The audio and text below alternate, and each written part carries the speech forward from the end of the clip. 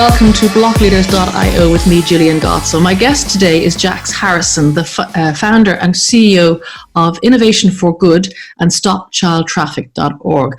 Welcome to the show, Jax.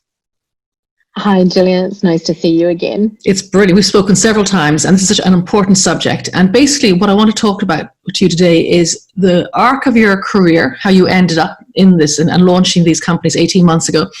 And then also to look at how technology can assist in breaking down this most heinous of crimes, this modern slavery. But let's start off with originally, Jax. Tell me a little bit about the background of your career and how you ended up involved with helping children.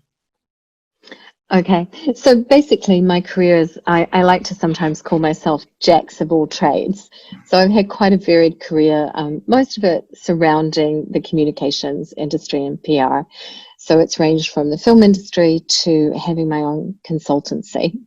So many years ago, I moved to Guatemala and Peru, and that's where I first encountered human trafficking. I'm originally from New Zealand, and so I'd never seen poverty at that level, and I'd never seen human trafficking either. So I was involved with an organisation there called the Canadian Women's Association, which is out of the Canadian Embassy, and we gathered together to try and help, and also with the American Association, which is the American Embassy Group, and found an organisation called Casa Hogar. It was originally Father Joe's orphanage. And during that time, it was the Fujimori period, and there was a lot of Sandinista terrorists. And we discovered that children were being dropped off at this orphanage to protect them from being child trafficked as either child slaves, as child soldiers, or sex trafficked. And that's where I sort of really came across it. And then, of course, a little bit later on, I had a very personal encounter where I was with some friends, and we were literally walking along after an event and heard that harrowing cry of a baby. Not, you know, that sound when a baby is distressed. It's more than hungry. It's just, Yeah. you know, I don't know if you've got children. I think every woman would know that sound. It's like, oh, I must pick up that child. I must rescue that child. And Susan, a friend that was with me, and I sort of found this little baby in a gutter under a sheet of cardboard, just swaddled in a rag, that was a complete newborn and just a desperate cry. And the friend that was with us was part of the embassy and quite involved, and begged us not to touch the child. So here we are looking at this child in the gutter, and he's like, please don't pick that child up, because they will either blackmail you or you'll be arrested for trying to steal the child. And we're looking at him going, no, you're insane. He's like, please don't. And he went off to find some security. And meanwhile, you know, Susan, who had, you know, was trying to have a baby, I couldn't have a baby. And we're looking at this tiny little baby going, you're kidding, right? And, you know, crying and talking to it. And James comes back with a security guard and a woman that just looked completely terrified. And she had obviously either been coerced to leave her child there so that the security guard could bribe us, or traffic it, or just abandon her child at that point. And I think it became really personal to me at that point that I would do something about it. And the desperation of someone in poverty to risk giving away their child or losing it just has always haunted me. You know, so that's how I sort of got involved. And then I moved back to the United States. And this is part of the story that I find, if I can say, even more harrowing, which sounds like, how could it be more harrowing than a woman either giving up her child or being forced to give up her child? But when you moved back to Kansas, what did you discover there? Well, I think when you move back into, you know, you go from an undeveloped or third world country at the time to, you know, the first world, it's America, you think, oh, can't possibly be human trafficking here. And of course, I'd set up my company at that time and was operating, and And I discovered it was alive and well in good old Kansas City, in Missouri, and Kansas City, Kansas, so in both states. They're what the FBI, and is commonly known, call originating states. So women and girls, boys as well, are taken from those states and transported out. It's one of the few areas where I've seen girls in really dire situations, you know, chained to beds, in containers, backs of trucks, because it's a major trucking route as well. And it seems to be prolific there. And I think you were saying the last time that if a child was sort of a runaway, perhaps, you know, or they skipped school and headed off, if the child's on the street for longer, then how long is it that they're likely to be trafficked, to be picked up? So if anybody ends up on the street, particularly children, so there's abuse at home, it might be they're in foster care, whatever situation they're in, and they run away, within 48 hours, that child will have been trafficked. Or they will have been approached, they will find themselves in a situation where they will be trafficked. And that is frightening. It is frightening, and I found it mind-numbing and mind-blowing at the same time. I mean, to understand that we're both perpetuating the cycle and consuming it, because there's no, you know, trafficking without a demand, but to actually have it, you know, in plain sight like that, and we're not recognizing it as a culture and society. So I found that really, yeah, it motivated me even more, I would say. Is it? I was interviewing another lady who's an independent radio documentary maker, Patricia Baker, and she made this documentary called Do Disturb. And she was explaining that what frightened her is, and I think this is your experience too, that people don't know what to look for. Maybe it's not even that people are willfully, you know, turning a blind eye. Is it that people don't know what the signs are? They're not being educated to figure out that is a warning sign. That child is in danger. That woman's in danger. Yeah, I think that comes. I think that's true. There's several ways about that. First of all, I don't think that the general public are aware of it. Secondly, I don't think that parents are aware of it and understand what to look for. And I think, you know, those two factors combined can create, you know, a perfect storm, because often we find that children are groomed online at home, and then once they meet a trafficker, they're gone. So it's parents, you know, having the understanding of what online harm is, not being a friend to your child, but talking about the risks of technology around that, and having those conversations with children. And I also think in society becoming more aware of it, because I think we're not. I think we turned a blind eye to what's uncomfortable. And if we see someone or something on the street, we're not sure we should get involved, and we don't know what to do.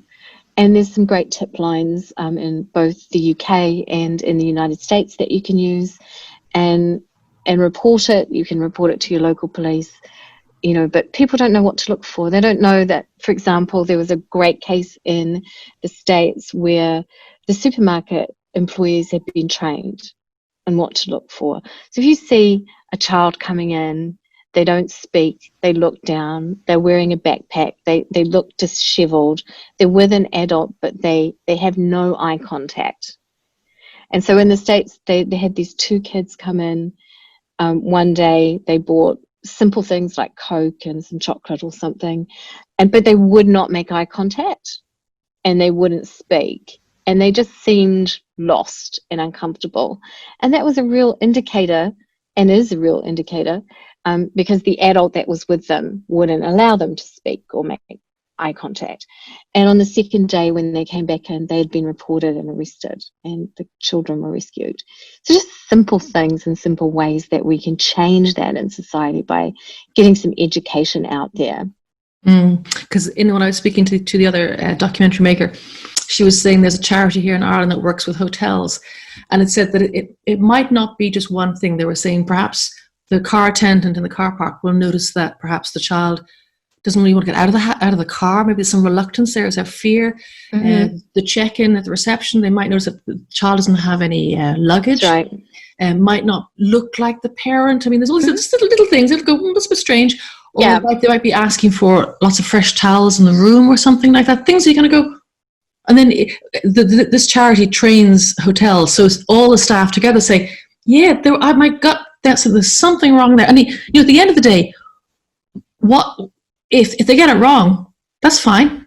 They're not like putting posters up. They're not putting a torchlight. They're not putting their names in the paper. If they get it wrong, they get it wrong. But if they get it right, they save a child. Lives. We have an organisation under StopChildTraffic, which is called the Counter Trafficking Network, which is online training both for the public and then security services and high-level services. And we do the same thing, go to organisations and train them, particularly frontline services, so hotels, social workers, hospital nurses, anybody that might come in contact, airlines. And those are the things, you'll notice even at home, you'll notice a difference in a child's behaviour. You'll notice them constantly on the phone. They might start having a relationship where they call someone daddy, and that's like a super red flag. Or you might notice a tattoo that's suddenly come from nowhere, which could be a branding tattoo. You might, and in the frontline services, it is all those individual factors. Are they afraid? Do they not make eye contact? Do they have luggage? Are they just uncomfortable in their skin almost? With a minor, you can often see that. Mm-hmm. And you're right. You're absolutely right. If you report it, there is no harm done. You've just reported a surly teenager or something, or a child. But if you don't, then what? You never know, and it pays to speak up. It's the responsibility of law enforcement to check those lines, and I don't think it causes harm. I think it saves much harm. There was a woman who was anonymous on this documentary who had been trafficked by her father, an Irish woman, when she was between ages 4 and 6, for sex. And basically her call out was, a very brave woman, she spoke, she said, be that nosy neighbour, twitch that curtain. And it's something, because you often, home, you don't want to go to someone's home, what's happening at their private lives, what's going on. And that was so popular, because I think that shocked me, since speaking with you and speaking with this other lady now as well, it's here. And it's a growing, and you said to me the first time we spoke, you said a drug dealer sells drugs once. A trafficker sells a body, a child, a woman, many, many times. That's right. It's one of the fastest growing criminal sectors. It is. It's the fastest growing crime. It's now overtaken drugs and arms. So over 40 million people are trafficked every year. 71% of them are women and children, so male and female are trafficked. And that's 10 million children a year that are trafficked. A person is trafficked every 27 seconds. And that means that they're being consumed by someone every 27 seconds. That's the thing that gets me. The person is trafficked every 27 seconds, but someone is actually doing that to a child or a helpless, stranded person every 27 seconds. And that just blows my mind. It's a multi-billion-dollar annual business. It earns $150 billion a year. The average pimp, street pimp, so this is not your organized crime. It's not your Jeffrey Epstein. Yeah, not your Jeffrey Epstein, no. Earns about $150,000 from one girl. That is an eye-watering amount of money. Well, how many times do you need to be raped for that? Can't do the maths. And then when you're thinking about it, and if you're consuming trafficking and you're going to a prostitute, are you actually really thinking about it, that this person could be a minor, or that most of them who are, even in some places prostitution is legal, they start that cycle as a minor. So the average age of trafficking or starting sex work is 13. And they often are groomed at the ages now online between 8 and 13. So it's just that sort of So thing is it's frightening. And it's interesting. You're saying there that technology and online access through social media, whatever, can be so dangerous for children, right? For young children. Yes. Tell me now the flip side. How can we use technology to protect our children and our vulnerable in society? Oh, there's so we have several initiatives, and we look at it for 4 different ways. The first way that we can look at technology and that we approach things is through online harm and what you call net safety for children. There's some great organisations that do great work around policy, like Five Rights Online. Ourselves, we've worked with both organisations, with the UK government, advising them how to prevent harm online, what are the policies around that, so that we can regulate the technology industry and come up with ways to work together to have good, safe protocols in place for children coming online. And the second part of that is we need to educate, parents and children about these harms. They are groomed online. If you've got children playing games online, so we're working at the moment with a lot of gaming companies. If you've got children playing games online, and a child at the age of 6, if they've played games online, will likely have been approached in any chat group that isn't, a regulated group, for radicalization. So they start them at the age of 6. And for terrorism, that's for terrorism, and also for trafficking. So in those groups, making sure that there's good home education and policy, both either through schools and parents, and that children are aware of it. So that's a really important part of preventing online harm. Yeah, for the prevention. Yep. And so for that end, we've got a passworded protection game for children that are very young, so that their passwords can be protected, and working on a biometric because children's irises are quite different than adults, so that you can actually say it is an adult, not just fake the name like they do getting on TikTok, which is, there are some platforms out there that really don't put your kids on.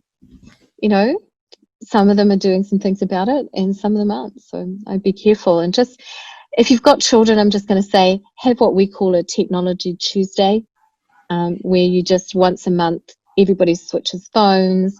You look at the phones, you look at the programs that they're using, and you make sure you have all their passwords. You're their protector, not their friend. So that's one way in technology for online harm. The second way that we're looking at it is we really take a unique approach. So my business, and part of how I got into this, was consulting CEOs of technology companies and communications, and they would introduce me to all these people who were doing amazing things. In identity and cybersecurity and those things. And so we've started looking at interrupting this business. So how do you compete with $150 billion annual business? You interrupt the supply chain. You make consequences for traffickers. So at the moment, in 2016, the TIP report stated there were 14,000 global cases that went to court for the crime of human trafficking, 10,000 convictions. Only 2% of those were children globally, which just did my head in. And I just thought, well, I can do something about that.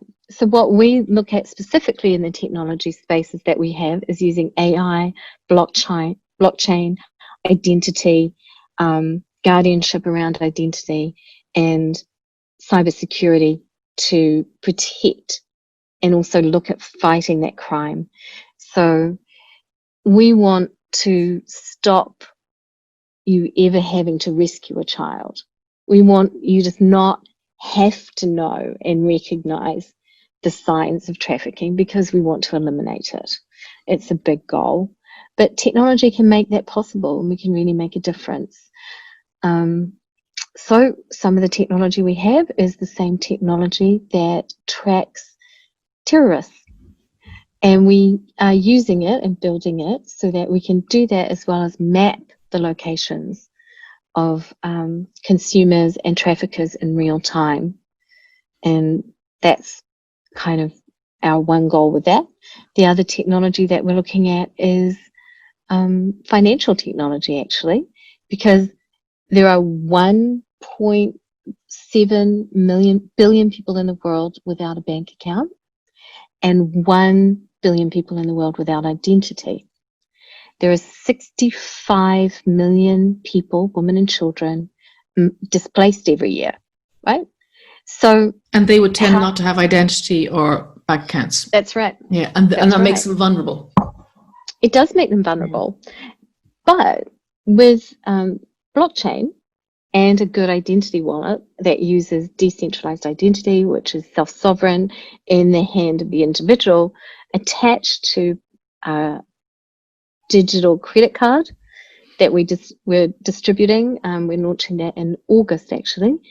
That means that we can move people from a non-banked situation into a banking situation where they can have a bank account and where they can be protected. So in labor trafficking, often these vulnerable populations who are either at borders or in high trafficking areas, or actually who have been rescued.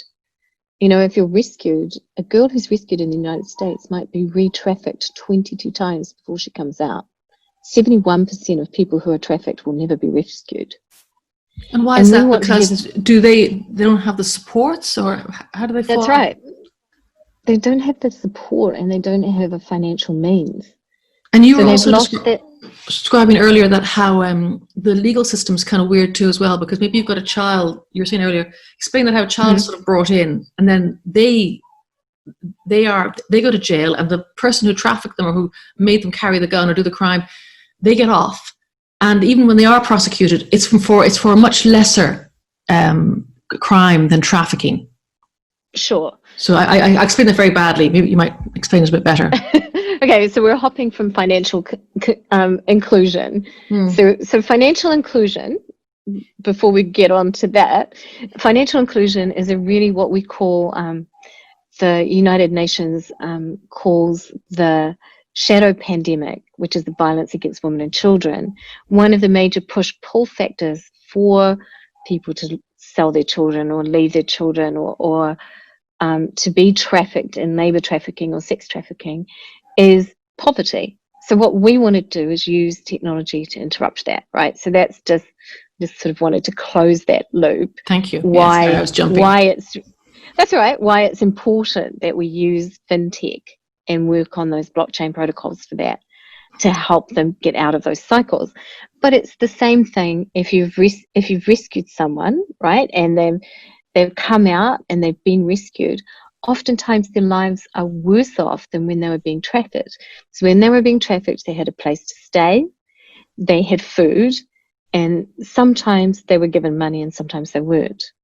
So then they're rescued. They might find themselves, as we're going to explain, in the criminal system, and then they might face deportation, or they might not be able to build up their financial resources and lives again because their identity's been stolen, their trafficker has used all their bank accounts, they've got no credit, right? So that's what happens and why they go back to what they know, because the type of mental abuse breaks them down so much that it's like almost like a cult, like they have no personality left. They're just, destroyed and broken. It's very hard to build your life up and think about getting a regular job after that kind of trauma. So that's how that happens. And there are other ways that trafficking happens. And what we were talking about was the county lines example. So in the UK, you have county line gangs, and that's often where you'll find a minor who might be being told by the next level up boss, you bring the murder weapon for so-and-so to me, and then that person gives the murder weapon and commits the crime or gives it to someone else. Now that that technically is trafficking because you're using the services of a minor to commit a crime. Now, when they're caught, because sometimes the people who are on the front lines at the police and legal ends aren't trained to ask the questions to recognise if that's child trafficking. And what normally happens is the child in that situation will be prosecuted and find themselves in a criminal, situation. The next level boss up will be prosecuted and charged for, say, possession or intent. Maybe that's a 2 to 3 year crime. But instead, the child should actually be treated as a victim, which he or she actually is a victim of child and human trafficking and should get the support that they need. And the person who perpetrated that trafficking, instead of a minor crime, should be charged with child trafficking, which is a sentence of 10 years or more in the UK. And that way there would be consequences. Yeah, and that's your interruption again. I mean, would you say then that all minor children who, and you see that with gangs, how they're brought in and they commit a small crime and they go up, so that is by definition trafficking? When they're forced or coerced, so one of the things in the law is that we often look at forced and transported and coercion, right? But with a child, you don't have to prove transportation. You only have to prove intent to transport a child. And coercion is also a form of being forced. So if they're coerced into it, because minors don't make, if you're under the age of 18, you aren't capable of making an adult decision. Just because you hold a phone and you talk tough doesn't mean you're making an adult decision. So they're coerced into it or sometimes forced into it. And that's trafficking. Wow. It happens. That's child trafficking. So you set your companies up 18 months ago. What's the plan now for the next? Obviously, COVID has had an impact in everything. But what's your plan now going forward with the technology and with the Stop Child Traffic and the Innovation for Good? So Stop Child Traffic is the non-for-profit organisation that Innovation for Good supports and funds. And that area is around public awareness and safety, and then also training. I'm sorry. And sorry about that. Okay. So Stop Child Traffic is the organisation that is the non-for-profit area. So Stop Child Traffic raises the funds to help Innovation for Good and to fund the projects and the technology that we have. And because it's hard to develop technology underneath a non-for-profit.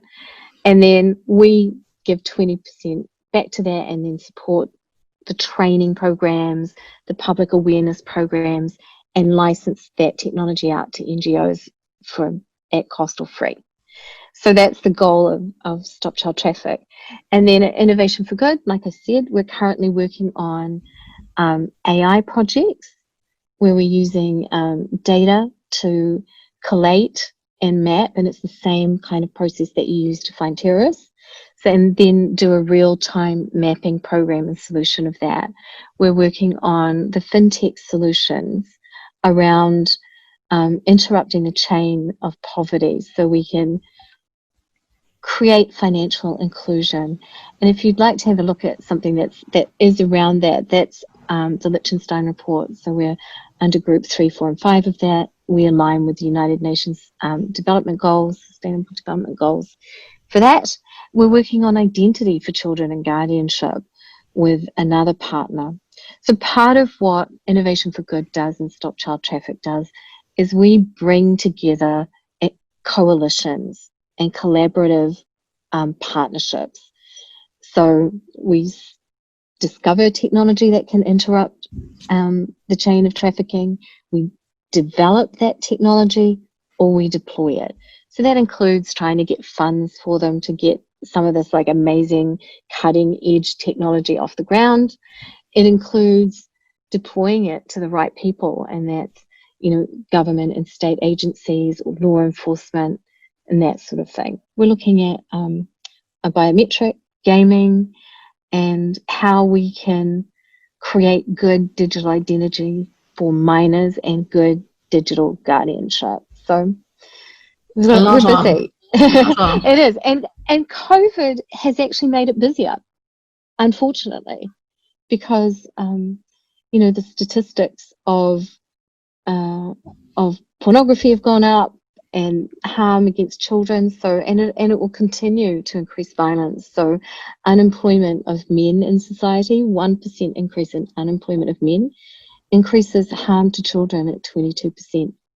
So certainly, we've seen a lot of talk about domestic violence, which is obviously not just against female spouses, but it can be obviously children within a house too as well. That's gone through the roof with the lockdown as well. So I mean, the lockdown and with the loss of a job. Yeah, everyone's locked up together.